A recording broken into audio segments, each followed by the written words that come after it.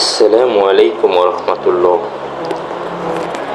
ইমনুর ইসলামী ওয়ার্ল্ডে আপনাদের সকলকে স্বাগতম। শুরু করছি পরিবার সংশোধনে 40টি উপদেশ, শায়েখ মোহাম্মদ সালেহ আল মুনাজ্জিদ, বিশেষ পাঠ পর্ব 3। আউযু বিল্লাহি মিনাশ শাইতানির রাজিম। বিসমিল্লাহির রহমানির রহিম।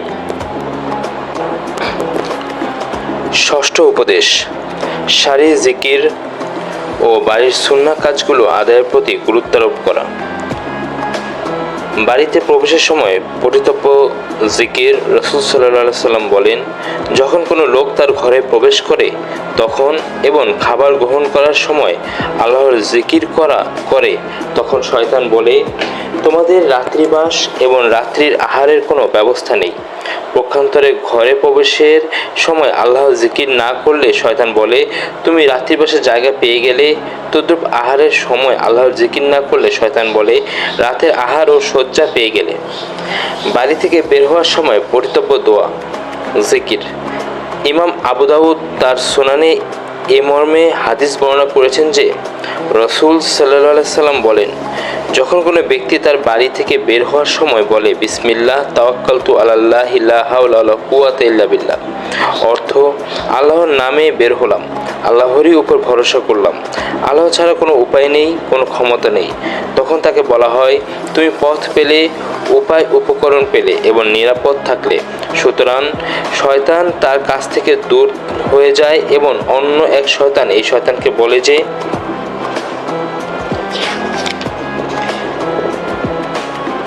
ব্যক্তিকে পথ দেখানো হয়েছে, উপায় উপকরণ দেওয়া হয়েছে এবং রক্ষা করা হয়েছে, তাকে তুমি রক্ষা করতে পারবে।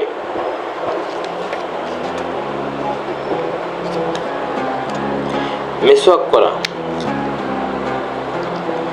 ইমাম মুসলিম এ মর্মে হাদিস বর্ণনা করেছেন যে রাসূল সাল্লাল্লাহু আলাইহি সাল্লাম বলেন, যখন রাসূল সাল্লাল্লাহু আলাইহি সাল্লাম বাড়িতে প্রবেশ করতেন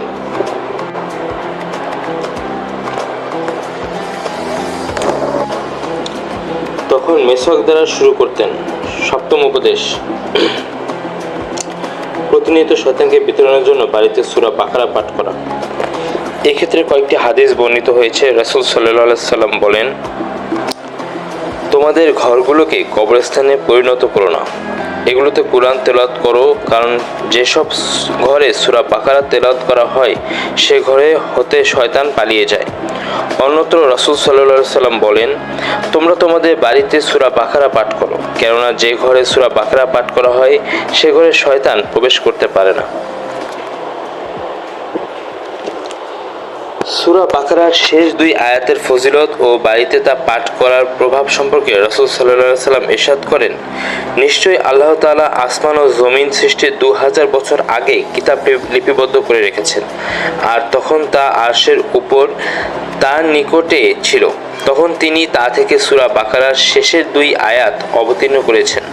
কোনো বাড়িতে পরপর 3 রাত তা পাঠ করা হলে সেখানে শয়তান নিকটবর্তী হতে পারে না।